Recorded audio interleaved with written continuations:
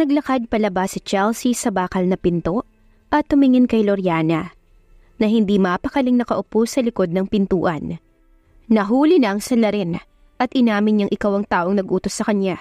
Sinasabi mo ba sa akin na hindi ka pa rin aamin? Naguluhan si Loriana at umiling. Hindi ko siya kilala. Hindi ko talaga siya kilala. Paano nangyari to? Hindi ko naman talaga ginawa yun. Bakit walang naniniwala sa akin? May naalala si Chelsea at naawa kay Loriana. Dapat ipagdasal mo na ayos lang si Isabela. Kasi sa ngayon, ang kinalaban mo ay ang isang taong wala kang kahit anong laban. Asawa lang naman ni Mr. McBride si Isabela. Asawa ni Mr. McBride?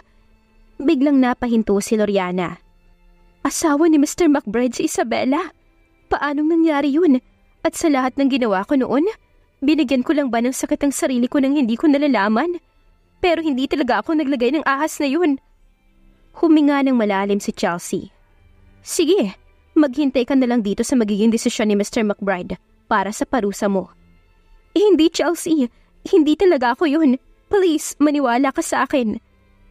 Sa kasamaang palad, kahit desperado na siyang nagmamakaawa, walang sino man ang tumulong sa kanya.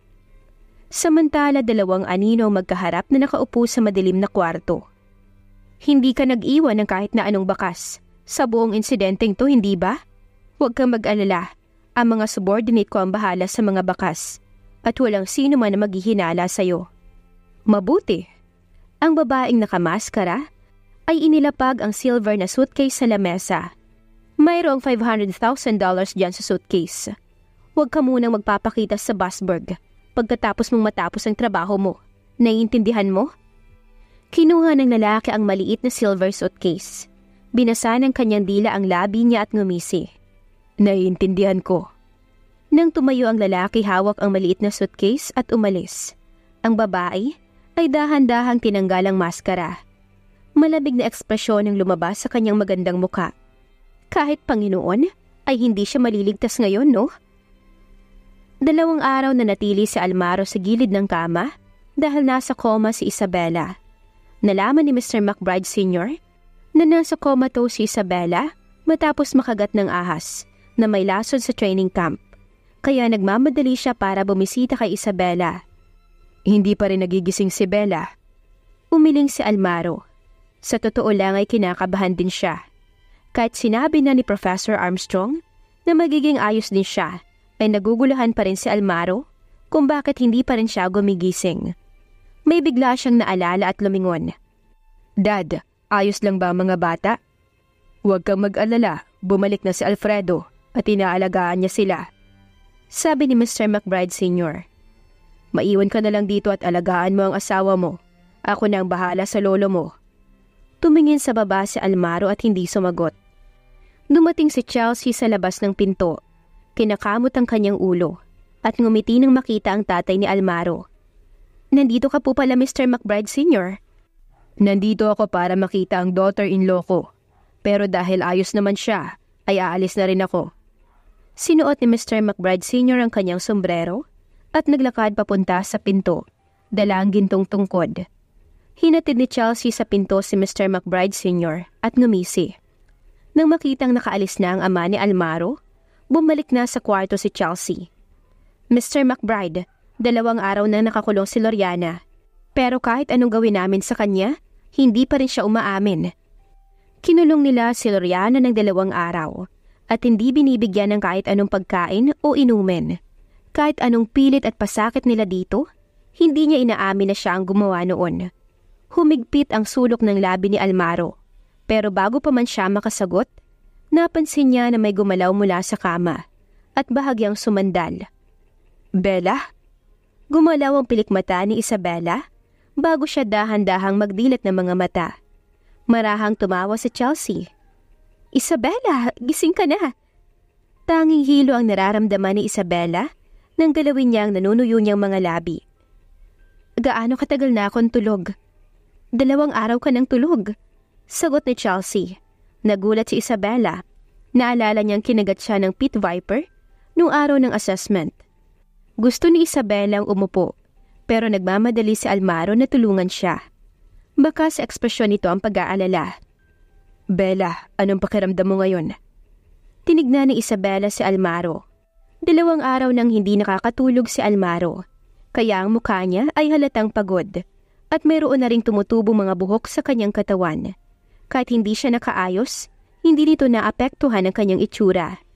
Mas okay na ako, hindi na ako nakakaramdam ng sakit. Binawi ni Isabela ang tingin niya, parang nakatulog lang talaga siya. May naalala siya at tinanong, siya nga pala yung resulta ng assessment ko. Iniisip mo pa rin ang results mo? Nakasimangot na sabi ni Almaro.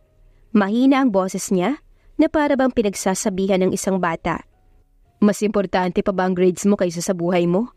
Mukhang kailangan kong parusahan ng mga nag-organize ng assessment. Hindi nila natupad ng maayos ang mga dapat na proteksyon. Nang makita si Almaro na tumayo sa upuan, inabot ni Isabela ang laylayan ng damit ni Almaro. Umupo ka, hindi ka pwedeng umalis. Ang mga tingin ni Almaro ay dumapo sa kanyang awkward na muka. Halatang gusto niyang maglambing, pero bakit nagbukang mayabang ang buong eksena? Di ba dapat merong magic word? Sa ilang kadahilanan, gusto ni Almarong asarin siya. Please. Nakisabay si Isabela sa kanya. Napatingin si Almaro at walang imik. Tumikhim si Chelsea. Kahit ayaw naman niya maging third wheel sa loob ng kwarto at sirain ang eksena. Kailangan pa rin niyang makausap ang mag-asawa. Isabela, dahil gising ka na, kailangan na natin mabigyan sagot ang tungkol kay Loriana. Anong nangyari kay Loriana? Nakatingin si Isabela kay Chelsea. Napakamot si Chelsea sa kanyang pisngi at pinaliwanag. Nahuli namin ang taong naglagay ng ahas. Sinabi niya na si Loriana ang nag-utos sa kanya para gawin yon. Kaya kinulong namin si Loriana ng 2 araw para mapaamin siya, pero hindi pa rin niya sinasabi ang totoo. Si Loriana ang nag-utos na maglagay ng makamandag na ahas? Napatingin sa ibaba si Isabela at tinikom ang kanyang labi habang may iniisip. Ang mga mata ni Almaro ay walang ekspresyon. Gamitan niyo na lang siya ng ibang paraan kung ayaw talaga niyang umamin. Gawin niyo lang hanggang sasabihin niya rin lahat. Ibang paraan? Alam ni Chelsea ang paraan na tinutukoy ni Almaro. Pero mukhang mali kung gagamitin nila ang mga yun sa isang dalaga. At saka, hindi yun masyadong makatao. Biglang nagsalita si Isabela at sinabing, gusto kong makita si Loriana. Hinatid ni Chelsea si Isabela sa interrogation room para makita si Loriana. At sumunod si Almaro dahil nag-aalala siya para kay Isabela. Biglang nagkaroon ng liwanag sa interrogation room nang buksan nila ang pintuan. Nakita nila si Loriana na nakahiga sa sarili niyang dugo at hawak ang kutsilyong duguan. Natulala si Isabela at agad na inangat ni Almaro ang kanyang kamay para takpan ang mga mata ni Isabela. Huwag kang tumingin. Matapos niyang sabihin niyon, lumingon siya kay Chelsea at sinabing, tumawag ka ng pulis at papuntahin mo sa akin ang mga nag-interrogate sa kanya kaninang umaga. Ilang mga sasakyan ng pulis ang dumating sa training camp at ang bangkay ni Loriana ay nilagay sa body bag at nilabas. Naging tahimik ang ekspresyon ng mga taong nanonood nang malamang nagpakamatay si Loriana sa loob ng interrogation room. May sinabi si Lucas at Chelsea sa mga pulis at umalis na rin ang mga pulis matapos magsulat ang ilang notes. Habang nakatayo sa gitna ng mga tao, hindi inaasahan ni Florante na magpapakamatay si Loriana. Kahit hindi niya gusto si Loriana, nakakalungkot na isipin na natapos ang buhay niya sa ganitong paraan. Naupo si Isabela sa kama ng ospital. Ang mga mata niya ay malungkot at seryoso. Maaaring may galit nga siya kay Loriana. Pero nagamit na niya ang recording ni Loriana noong araw na nilabas niya ito sa publiko. Hindi niya inaasahan na gigilitan ni Loriana ang leeg niya para magpakamatay. Sinabi ni Chelsea na kinulong nila si Loriana ng 2 araw nang walang binibigay na kahit anong pagkain at inumin. Pero hindi pa rin niya inamin na siyang naglagay ng pit viper. Kahit na hindi ko masyadong kilala si Loriana, base sa pagiging bully at duwag niya, sumuko na dapat siya at umamin kung siya nga talagang nagplano ng lahat ng to. Hindi makaisip si Isabela ng matinong rason sa nangyari, pero may hinala siyang na-frame up lang si Loriana sa nangyari. Alam ng taong gumawa noon ang mga personal na alitan nila ni Loriana. Sa ilalim ng kanyang iniisip, hindi niya napansin ang taong nasa labas ng pinto. Isabela? Unti-unting bumalik sa katinoan si Isabela at nakitang si Vexana iyon. Hindi mapakaling pumasok sa kwarto si Vexana. Hawak ang likod ng kanyang kanang kamay gamit ang kaliwang palad. Isabela, masaya akong malamang gising ka na at sorry sa mga nangyari bago pa man ang lahat ng to. Alam kong wala nang paraan para mapatawad mo ko at hindi rin ako umaasang mapatawad mo.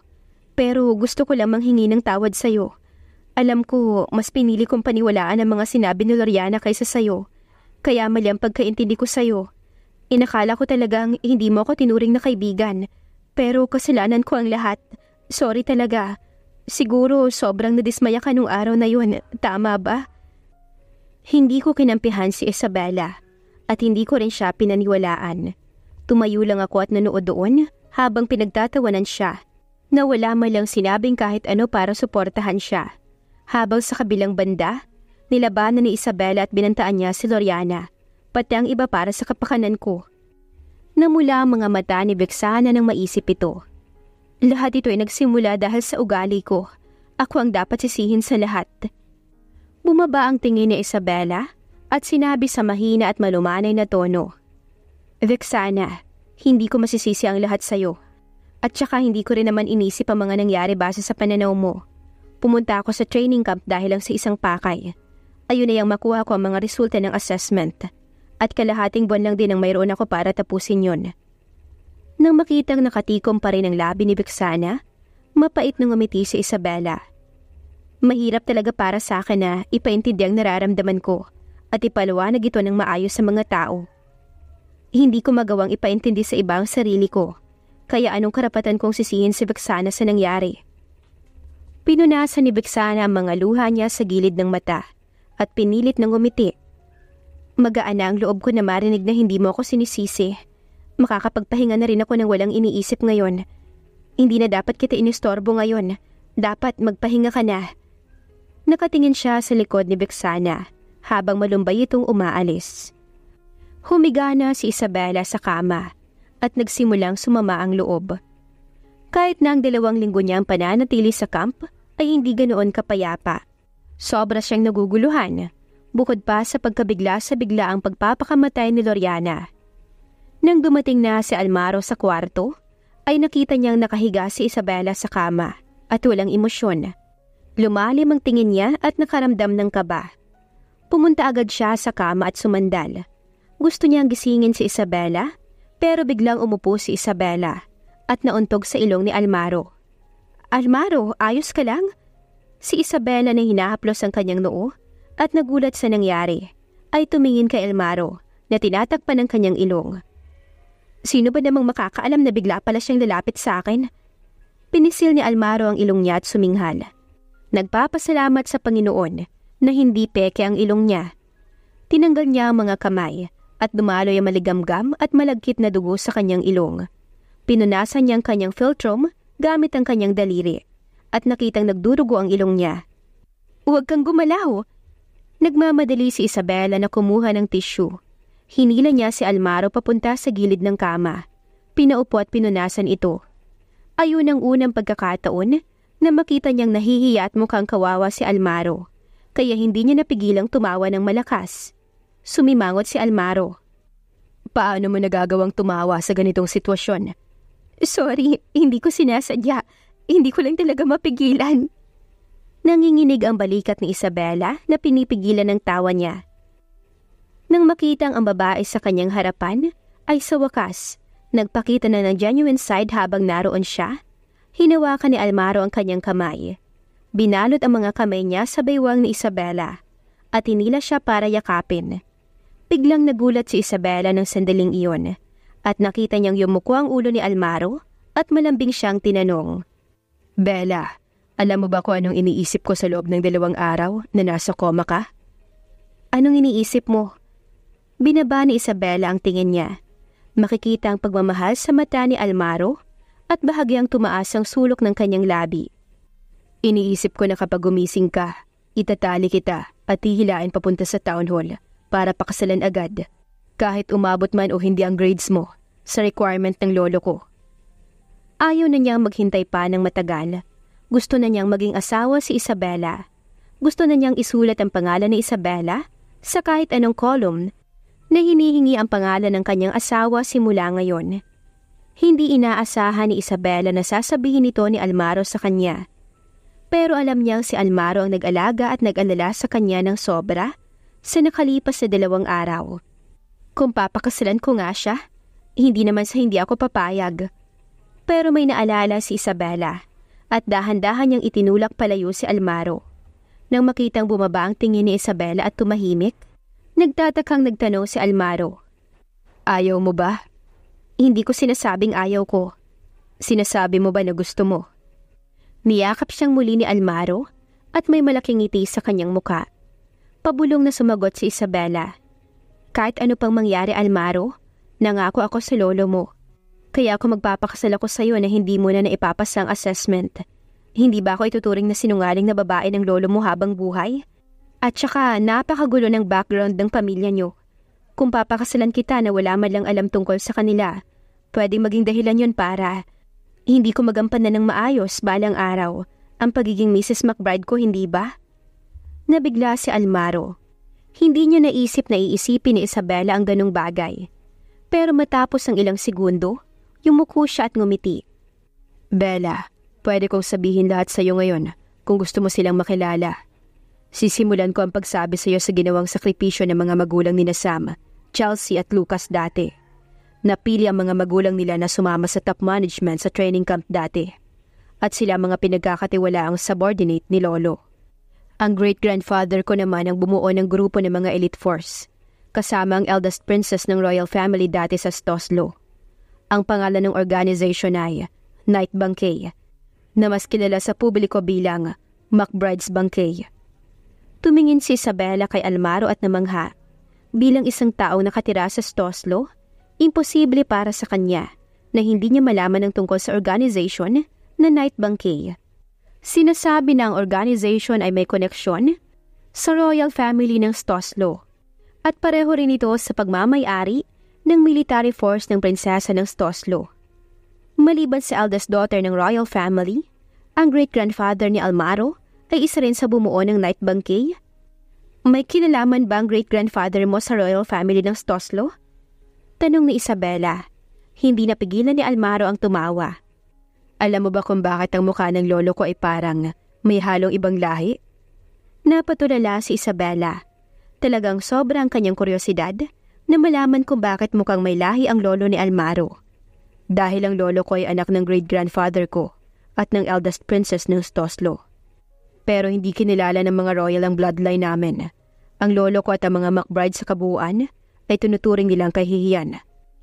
Ang great-grandfather ni Almaro ay isang lalaking walang pagkakakilanlan. Sinasabi na isa siyang hamak na lalaking nagmula sa kahirapan. Pero dahil sa kanyang determinasyon at mga ambisyon, naging bodyguard siya ng princess ng Stoslo. Dahil sa ilang hindi maipaliwanag na dahilan at pangyayari, ang prinsesa lang ang pinagsisilbihan niya dati. Nakapatay ng maraming leftist at maharlika ang great-grandfather ni Almaro sa royal family para sa prinsesa. Kaya kinatatakutan siya ng marami. Sa madaling salita, ang great-grandfather niya ang tinatawag na hyena na nagsilbi dati sa prinsesa. Ang relasyon sa pagitan ng prinsesa at sa great-grandfather ni Almaro ay nalaman lang matapos manganak ng prinsesa kay Teofilo. Pero dahil sa ordinansa ng royal family, na bawal magpakasal sa karaniwang tao ang prinsesa. Kahit na may royal blood si Teofilo, ay hindi siya tinanggap ng royal family. Para iiwas si Teofilo sa mga agenda ng royal family, inutos ng prinsesa sa great-grandfather ni Almaro na dalhin sa Slokova si Teofilo at manatili roon.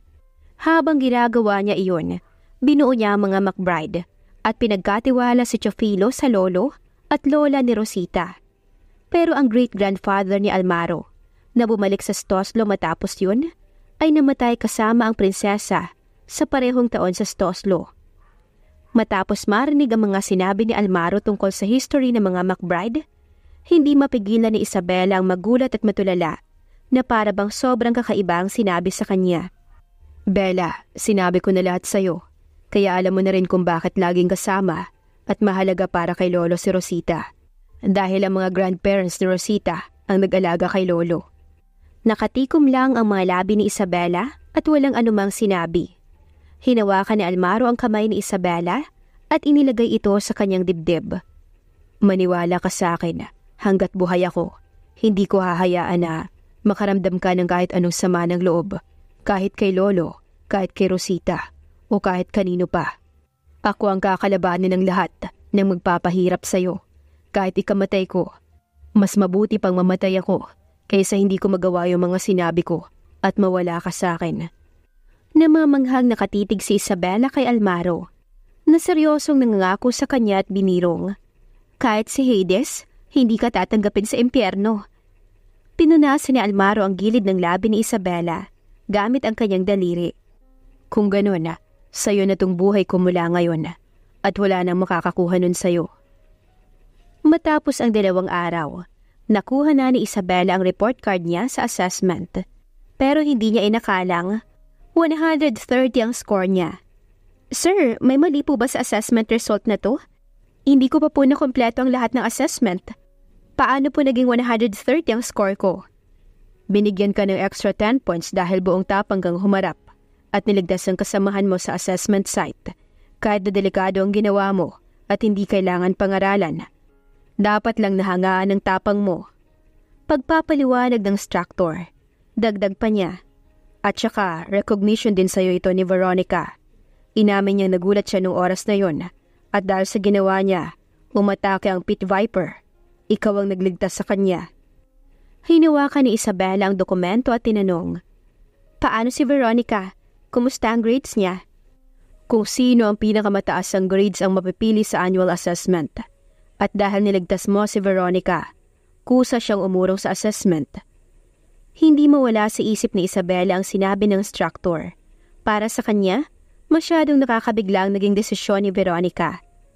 Nang makarating sa field ay nakita niya si Rosita at Lucas na magkasama at hindi niya alam ang sasabihin sa kanya. Nagulat si Rosita nang makita niya si Isabela pero hindi gaano nagbago ang ekspresyon niya.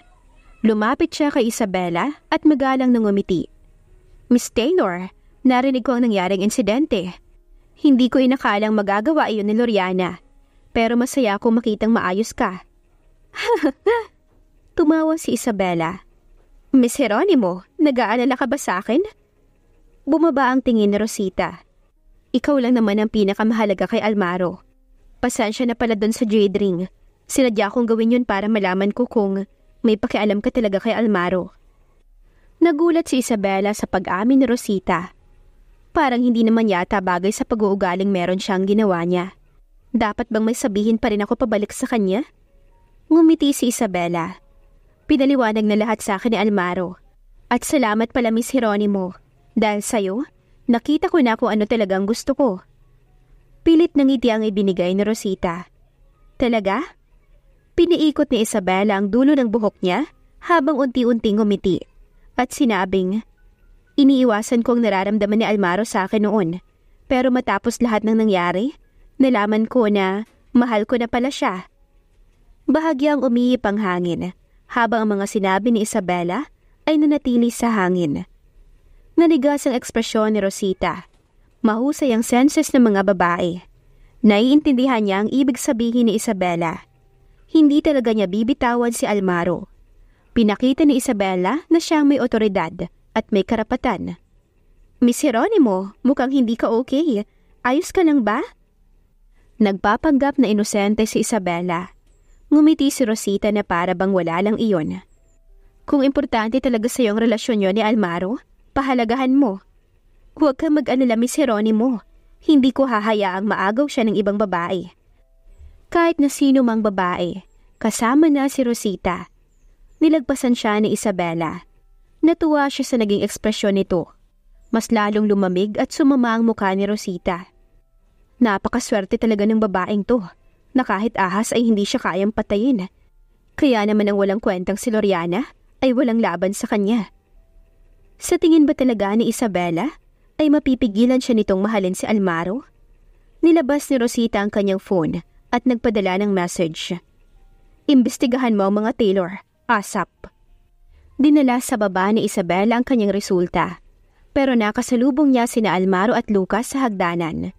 Nang makita ni Lucas si Isabela, mukha siyang na-guilty at gumawa ng paraan para umalis. Tila mayroong narinig na interesanteng bagay si Almaro at mukha siyang masaya. Paisa-isang hakbang siyang lumapit.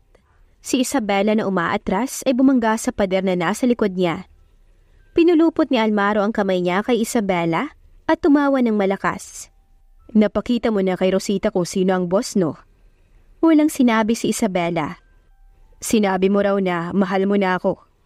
Tahimik pa rin si Isabela. At hindi mo nabibigyan ng pagkakataon ng ibang babae. Maganda at mababa ang boses nito at ramdam na ramdam niya ang pagkalalaki ni Almaro. Huminga ng malalim si Isabela at sinabing, nagbibiro lang ako. Hindi ko lang matiis ang kayabangan niya. Kaya pala umalis si Lucas. Nagre-report pala siya. Tumaas ang kilay ni Almaro. Totoo ba yun? Hindi siya nakikinig sa paliwanag ni Isabela. Pinakalma ni Isabela ang kanyang tono. Bakit sobra kang excited? Nang sinusubukan niya ng tumakas, hinila siya ng mga braso nito. Sagutin mo ako, Almaro. Nasa ground floor tayo, uwag.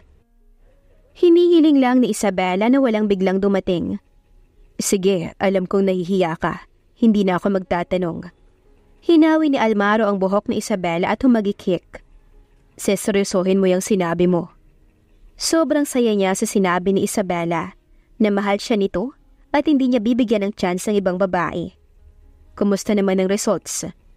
Binago ni Almaro ang usapan at tinignan ang resulta. Ngumiti siya at sinabing, hindi na masama. Bibigyan kita ng malaking reward sa paghihirap mo para sa akin. Binawi ni Isabela ang document at mahinang sinabi, walang may gusto ng reward mo. Napangiti na lang si Almaro. Bella, kailangan mong matutong tanggapin ang binibigay ko sa'yo. Bukod sa mga anak natin, ako na ang magiging pamilya mo balang araw bilang iyong asawa. Pamilya? Muntik na makalimutan ni Isabela na ibig sabihin ng pagpapakasal kay Almaro ay ang pagbuo ng pamilya at ang tatlong bata ay magkakaroon na ng kumpletong pamilya. Hindi na siya mag-iisa ulit. Si Florante na hindi sinasadyang marinig ang usapan sa likod ng pader ay bakas ang gulat sa muka. Kaya pala hindi siya pinapansin ng little goddess niya ay dahil may mga anak na ito kay Mr. McBride. Nalungkot siya dahil huli na niyang nakilala si Isabela sa black market ng Underground Freeway. Ang babaeng may pulang buhok at fishnet stockings ay nakakapit sa lalaki palabas ng massage parlor. Hindi nito nakalimutang humalik sa lalaki bago sila magkalayo. Luna, bumalik ka agad. Mamimiss kita. Papasok na sana ang red-haired na babae nang may makita siyang babae na may kakaibang suot at may kasamang dalawang lalaki. Tumingin siya sa mask ng babae at suminghal. Pasensya na, hindi kami tumatanggap ng babaeng customer. Pwede yung dalawang kasama mo. Tumingin ang babaeng nakamask sa dalawang lalaki at nag-abot ng makapal na pera ang isa ron sa babaeng red-haired at tinanong, may babae bang Amor ang pangalan dito? Masayang binilang ng babaeng may pulang buhok ang pera. $15,000 iyon. Ganoon ang kinikita niya sa kalahating taon. Nang mapansing nandito sila para kay Amor, napangiti ang babaeng may pulang buhok. Oo, meron. 1 buwan pa lang siya rito. Dadalhin ko kayo sa kanya. Hindi niya alam kung bakit nila itong gustong makita, pero kinuha na niya ang pera. Kaya gagawin na lang niya ang ipinunta nila doon. Tapos na agad ang usapan sa underground, kaya naglabas na ng pera. Nakatayong naninigarilyo si Amor sa pinto at may suot na revealing na damit. Makapal ang makeup niya para matakpan kung ano talaga ang itsura niya. Iniwan na niya ang dignidad niya mula nang ginawa niya ito para mabuhay. Kinailangan niyang mabuhay. Ito lang ang tanging paraan para makatakas siya. Amor, may bisita ka. Dinala niya ang 3 sa room. Lumapit si Amor para batiin ang mga ito kahit ayaw niya naman talaga. Nang makita niya ang babaeng nakamask na nakatayo sa gitna ng 2 lalaki ay nagulat siya. Hindi tumatanggap ang massage parlor ng babaeng client. Kahit na nakakita na siya ng mga kakaibang pagkatao roon, hindi pa siya nakakita ng babae. Ikaw ba si Amor? Tanong ng babaeng nakamask. Inilagay ni Amor ang sigarilyo niya sa ashtray na nasa basurahan nang marinig niyang kilala siya ng babae. Ako nga, sagot ni Amor. Sa loob tayo mag-usap, sabi ng nakamask na babae. Pinapasok ni Amor ang tatlo sa loob ng kwarto. Umupo ang nakamask na babae sa couch at nakatayo ang dalawang lalaki sa gilid nito. Kapatid mo raw si Isabela? Nang mabanggit si Isabela, makikita ang galit sa mga mata ni Amor. Bakit? Kilala mo ba siya? Pinadala ka ba niya? Itinaas ng nakamask na babae ang kamay niya. Huwag kang mag-alala, Miss Taylor. Tulad mo rin akong galit sa babaeng yun. Napatigil si Amor. Hindi niya alam kung magtitiwala siya roon. Bakit ka nandito? Tumawa ang nakamask na babae. Gusto mo bang makaalis sa maruming lugar na to? Ang makaalis sa lugar na yun, ang tanging nasa isip ni Amor, pero hindi niya magawa. Pero ang babaeng to, talagang tutulungan mo ako makaalis dito? Kapag sinabi mo sa akin lahat ng tungkol kay Isabela, tutulungan kita. Mabagal na sabi ng babae. Matapos ang kalahating oras ay umalis na ang babae. Inalis niya ang kanyang mask nang makapasok na ng sasakyan at malamig na ngumiti. Hindi niya inakala ang Delorja ang nanay ni Isabela. Hindi niya na pala kailangan pang gumawa ng kahit ano. Kinuha niya ang phone niya. Lolo, ako to. May sasabihin po ako sa inyo. Sino kaya ang babaeng nakipag-usap kay Amor? Ano kaya ang kaugnayan ng mga Delorja sa pamilya McBride? Bakit tila pabor sa babae na Delorja ang pamilya ni Isabela? Yan ang ating aalamin sa susunod nating kabanata.